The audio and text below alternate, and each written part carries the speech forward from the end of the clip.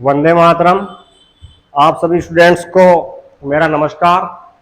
और आज हम जो आपके टेस्ट लिया गया है उसके इंग्लिश पार्ट का सॉल्यूशन करेंगे। तो आप मेरे साथ साथ समझें और अपना आंसर भी चेक करें कि आपके कौन कौन से सही हुए हैं और गलत हुए हैं तो क्या गलती हुई जो अभी अपन समझने की कोशिश करेंगे। तो पहला क्वेश्चन अपने सामने है, दिस जनरल ट्वाइस रिक्तिस्थान ट्वाइस ए मंथ। ये आपके टेंस का प्रश्न है कि यह जनरल, इसको हिंदी में ले जाओ समझ में नहीं आए तो, यह जनरल ट्वाइस ए मंथ महीने में 2 बार आता है। तो सबसे पहले अपन देखेंगे ये कौन से टेंस का वाक्य है या सेंटेंस है। तो ये प्रेजेंट सिंपल का है और प्रेजेंट सिंपल में इज अपियरिंग तो आएगा नहीं, अपियर्ड आएगा नहीं, हेड अपियर्ड या हेड आ गया है तो ये वैसे ही नहीं आएगा।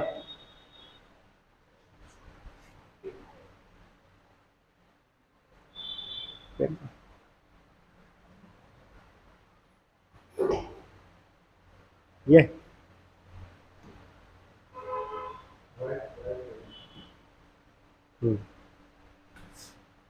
हेड अपियर्ड, ये हेड आ गया तो आएगा नहीं और अपियर्स आएगा क्योंकि दिस जनरल देखो कि सिंगुलर एक वचन है, एक वचन सब्जेक्ट, सब्जेक्ट जो है वो सिंगुलर है।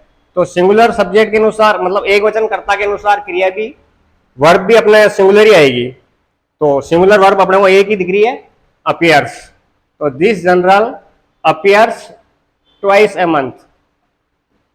अपियर्स को आया, सब्जेक्ट सिंगुलर है, एक वचन है और वर्ब भी अपने को उसके अनुसार सिंगुलर ही लगानी है। ठीक है। अभी दूसरा प्रश्न, सी रिक्तिस्थान her daughter to school before she goes to work. Sentence ये भी टेंस का है और अब समझो कि कौन से टेंस का है। सी मतलब वह काम, before she goes to work ये देखेंगे अपन पहले कि काम पर जाने से पहले क्या करती है, अपनी डॉटर अपनी बेटी को स्कूल ले जाती है। यहां भी यही प्रेजेंट सिंपल में है, सी अपने को सी को पकड़ना है। सी सिंगुलर है, सब्जेक्ट है और वर्ब अपने को पूछिए तो सिंगुलर वैसे देख लो, ये टेक्स आ रही है। सी टेक्स हर डॉटर, वह इस सेंटेंस को हिंदी में ले जाके देखो, उच्चारण करो तो आपको समझ में आ जाएगा। अगर इंग्लिश में प्रॉब्लम है तो अपन इसको हिंदी में ले जाके समझ सकते हैं कि वह काम पर जाने से पहले अपनी बेटी को स्कूल ले जाती है।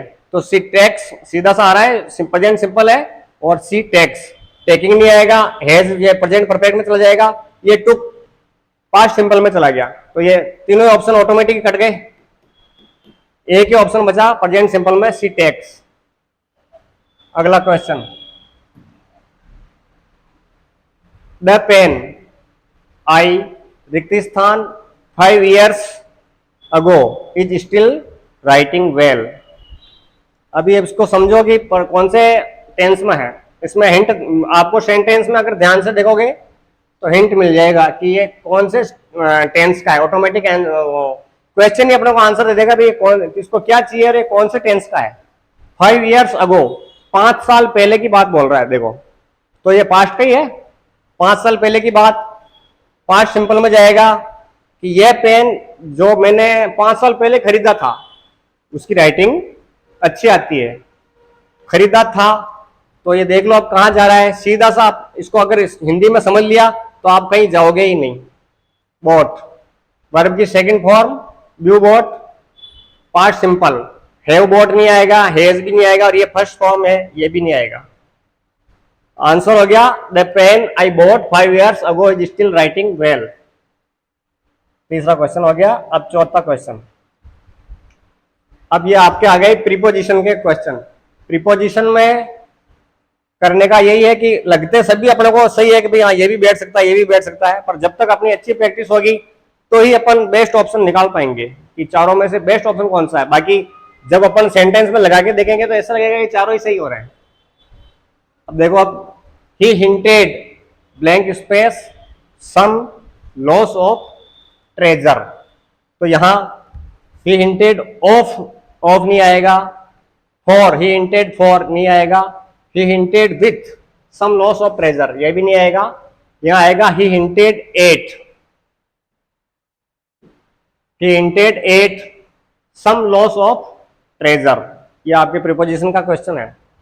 इस तो इसमें हो गया डी। नेक्स्ट क्वेश्चन, ये भी प्रीपोजिशन का ही है। She has not read anything blank space Monday. अब देखो कि she has not read anything blank space Monday, कि उसने सोमवार से कुछ नहीं पढ़ा है। पॉइंट ऑफ टाइम, सीधी सी बात है कि इसको मंडे को पकड़ो। पॉइंट ऑफ टाइम आपने पढ़ा होगा कि पॉइंट ऑफ टाइम जहां होता है वहां सिंस लगता है, सीधी सी बात है। और पीरियड ऑफ टाइम होता, जैसे कि वो 2 घंटे से नहीं पढ़ रही है या पिछले 5 साल से नहीं पढ़ रही है, पीरियड होता तो आपने 4 आता। लेकिन मंडे की बात एक पॉइंट ऑफ, सोमवार निश्चित समय को बता रहा है, निश्चित समय, पॉइंट ऑफ टाइम आ रहा है। पॉइंट ऑफ टाइम मतलब निश्चित समय, अपने को दे रखा है सोमवार, पीरियड ऑफ टाइम नहीं दे रखा है। ऐसा नहीं दे रखा है 2 महीने से या 2 दिन से, ऐसा नहीं दे रखा है, अवधि नहीं दे रखी है, डायरेक्ट मंडे दे रखा है। और मंडे पॉइंट ऑफ टाइम है तो सीधा सा जाएगा यहाँ पे सिंस। पॉइंट ऑफ टाइम जहां पे भी आए सिंस आता है।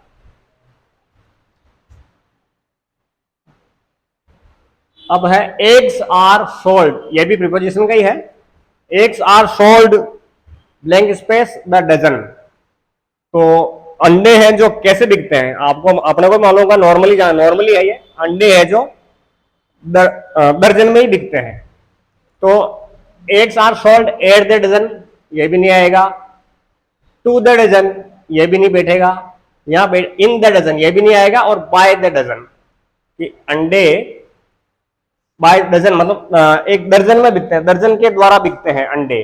तो यहां आएगा आंसर बाय द डजन। हाँ, अब ये आ गए आपके आर्टिकल के क्वेश्चन। आर्टिकल मतलब 2 तरह के होते हैं, नॉर्मली आपने पढ़ा भी होगा, डेफिनेट आर्टिकल और इनडेफिनेट आर्टिकल।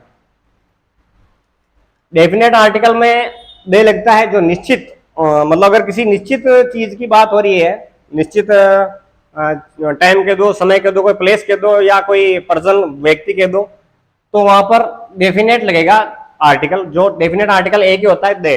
और इनडेफिनेट की कोई बात हो रही है, इनडेफिनेट थिंग है कोई भी, तो वहां ए और एन लगता है। तो यहां पे न्यूयॉर्क इज लार्ज सिटी। अब लार्ज है तो यहां मतलब इसको हिंदी में ले जाकर देखो, न्यूयॉर्क एक बड़ा शहर है। अब यहां एक है, ये तो समझ गए अपन, ए या एन आएगा, दोनों में से एक आएगा। अब ए क्यों आएगा, यहां आंसर ए आएगा। पर क्यों आएगा ये देखो कि लार्ज है, जो कंसोनेंट साउंड है, मतलब व्यंजन ध्वनि, जिसको आप हिंदी में कहते हो व्यंजन, कंसोनेंट साउंड है तो ए आएगा। अगर वोवेल साउंड होता, जैसे आपने पढ़ा होगा ए ई आई ओ you, A E I O you से शुरू होते हैं, और वो मतलब उच्चारण में शुरू होना चाहिए। ऐसा नहीं कि लिखा हुआ है ए ई आई ओ यू, उच्चारण में अगर स्वर ध्वनि आ रही है, वोवेल साउंड आ रहा है, तो वहां एन लगता है। यहां क्या है, कंसोनेंट, मतलब व्यंजन ध्वनि है, कंसोनेंट।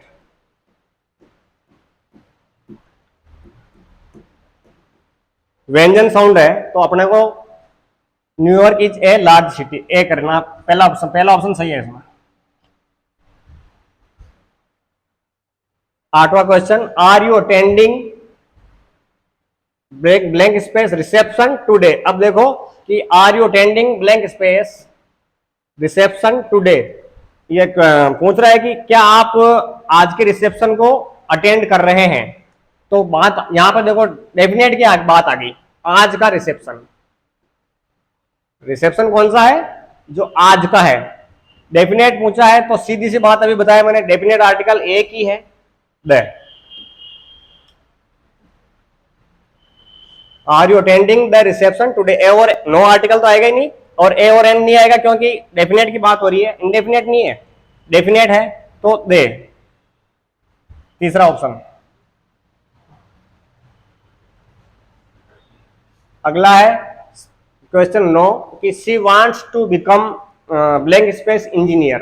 अब इंजीनियर देख लो, A E I O U का नियम यहाँ लग रहा है, और उच्चारण में भी वोवेल आ रहा है, इंजीनियर है ना, स्वर आ रही है, तो सीधा सा लगेगा एन भी नहीं आएगा। ए शी वांट्स टू बिकम, वह एक हिंदी में लेके अपना इसको तो क्या आएगा कि वह एक इंजीनियर बनना चाहती है।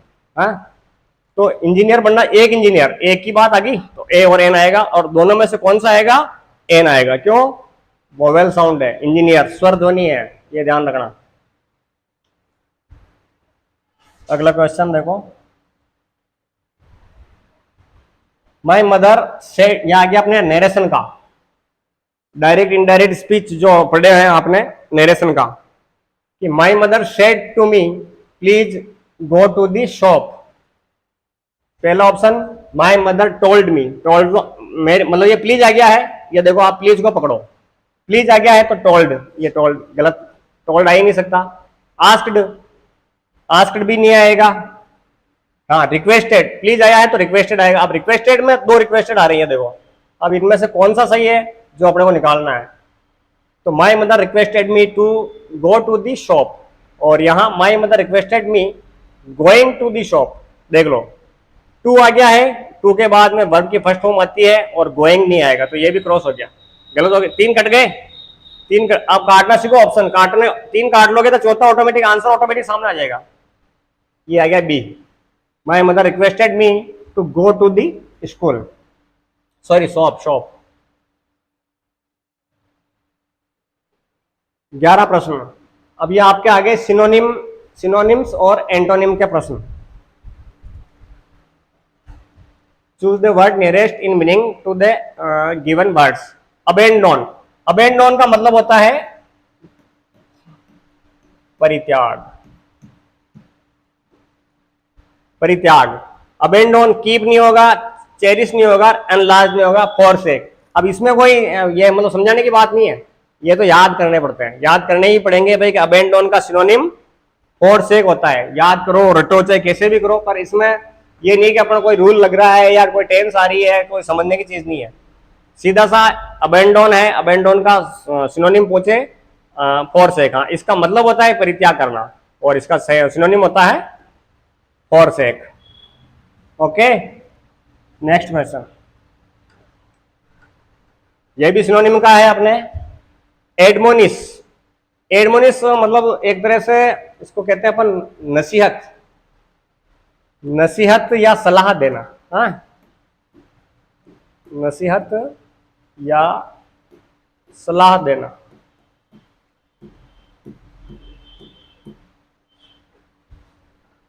पनिश, सजा, पनिश आएगा नहीं, कर्ष श्राप आएगा नहीं, डिसमिस आएगा नहीं, रेप्रीमेंड्स। एडमोनिस का सिनोनिम क्या आएगा?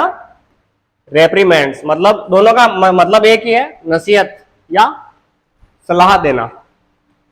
अगला प्रश्न देखो, ये आगे आपके वन वर्ड, इनको भी अपने को याद ही करने पड़ते हैं, कोई समझने वाली बात नहीं है इनमें। हाँ, ये है कि आप इसको हिंदी में ट्रांसलेट करके देख सकते हो समझ में, अगर इंग्लिश में थोड़ी दिक्कत आती हो तो हिंदी में ट्रांसलेट करके देख सकते हो, और नहीं तो फिर रटने ही पड़ेंगे।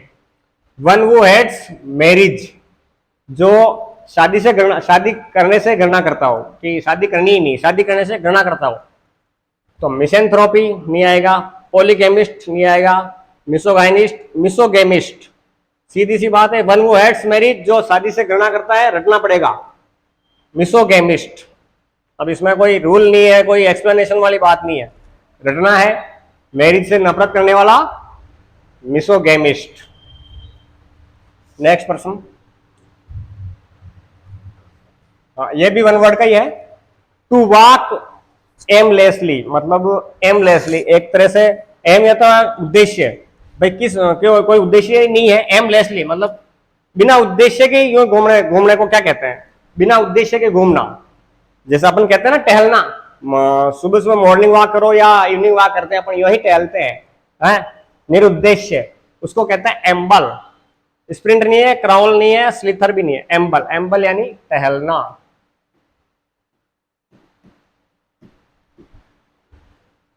नेक्स्ट पर्सन, ये आगे अपने एरर वाले, कि एरर जिस पार्ट में अपने एरर है उसको निकालना है, और वही अपना आंसर है कि एरर, जिस पार्ट में एरर है वो आंसर निकालो और वही अपना आंसर होगा। Had you not reached in time, we will have lost our lives, ये अपना सेंटेंस है। इसमें अब ये देखो कि एरर कौन से पार्ट में है। पहला had you, दूसरा not reached in time, तीसरा we will have, चौथा lost our lives। तो एक एक पार्ट को अपन देखेंगे कि भाई इसमें टेंस की शुद्धि हो सकती है, सब्जेक्ट की हो सकती है, या वर्ब की हो सकती है, हेल्पिंग वर्ब की हो सकती है, मेन वर्ब की हो सकती है। अब अपने को यह पकड़ना पड़ेगा कि इसमें मिस्टेक है तो कौन सी है। Had you not reached in time, we will have lost our lives। तो अपने को इसमें कहीं मिस्टेक नहीं दिख रही है, सीधी सी मिस्टेक अगर ये आ रही है। अगर पढ़ा है आपने कि आई तथा वी के साथ सेल लगता है, हेल्पिंग वर्ब क्या आती है, आई वी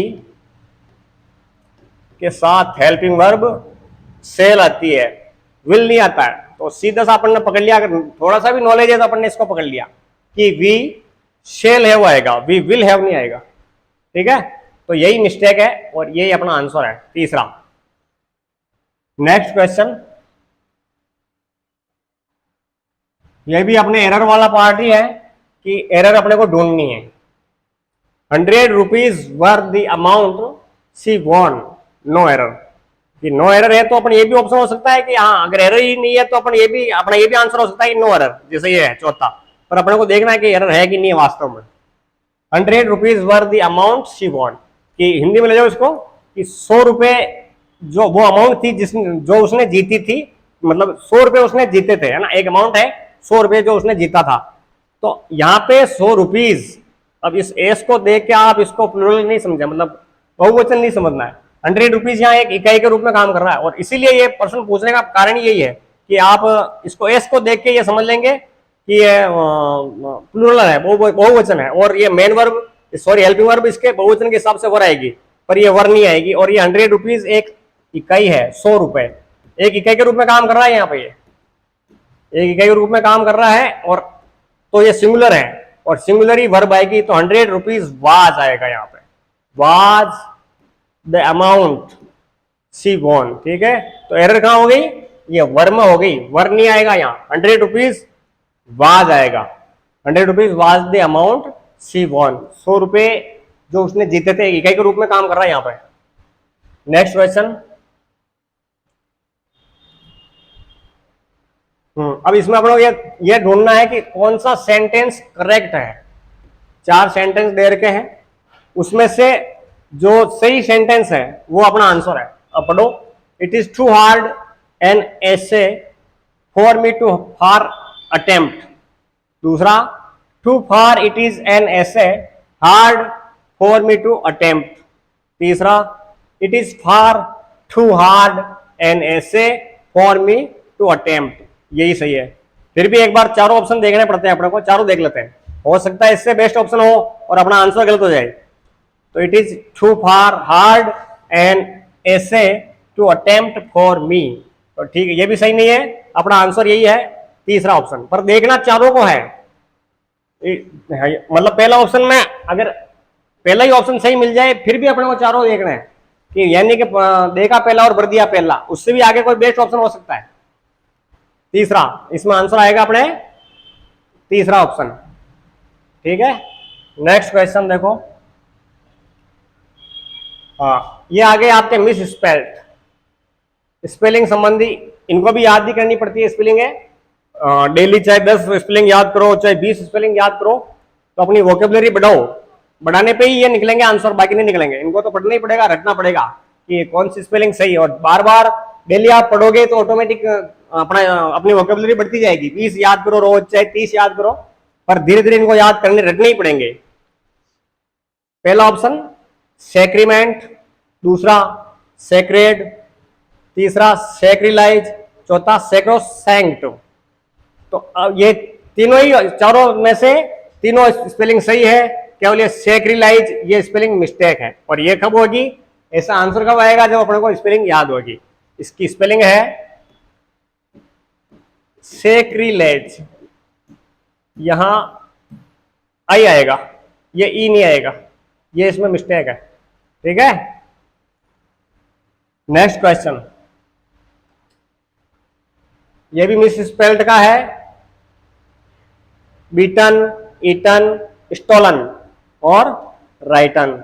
ये थोड़ा सिंपल प्रश्न आ गया है आपके, और ये मालूम भी होगा आप सबको लगभग, नहीं है तो देख लो। राइटन की स्पेलिंग मतलब रिटर्न, सॉरी राइटन नहीं होता है रिटर्न, ये रिटर्न की स्पेलिंग होती है double T, WRITTEN। Double T आएगा, यहाँ सिंगल नहीं आएगा। नॉर्मल वैसे लगभग लगभग आपने सबने सही किया होगा, ये डबल टी आएगा, यहाँ सिंगल टी नहीं आएगा। तो ये स्पेलिंग मिस्टेक ऑप्शन 4 आंसर ही अपना ये निकल गया। ठीक है, नेक्स्ट क्वेश्चन देखो, ये भी आपके मिस स्पेल्ड का है।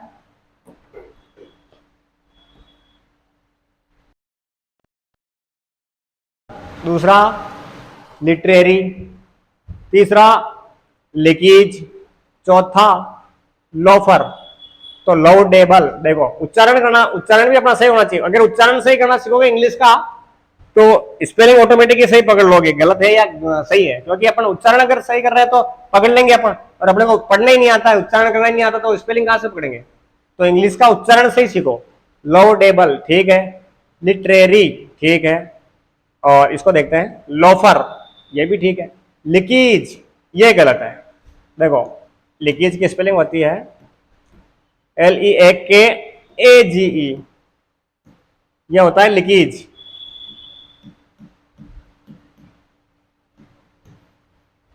ये ई नहीं आएगा, एक्स्ट्रा, ये गलती है इसमें। तो आंसर क्या हो गया, ऑप्शन 3। ओके, ये आपके 20% थे इंग्लिश के, हो गए। Thank you.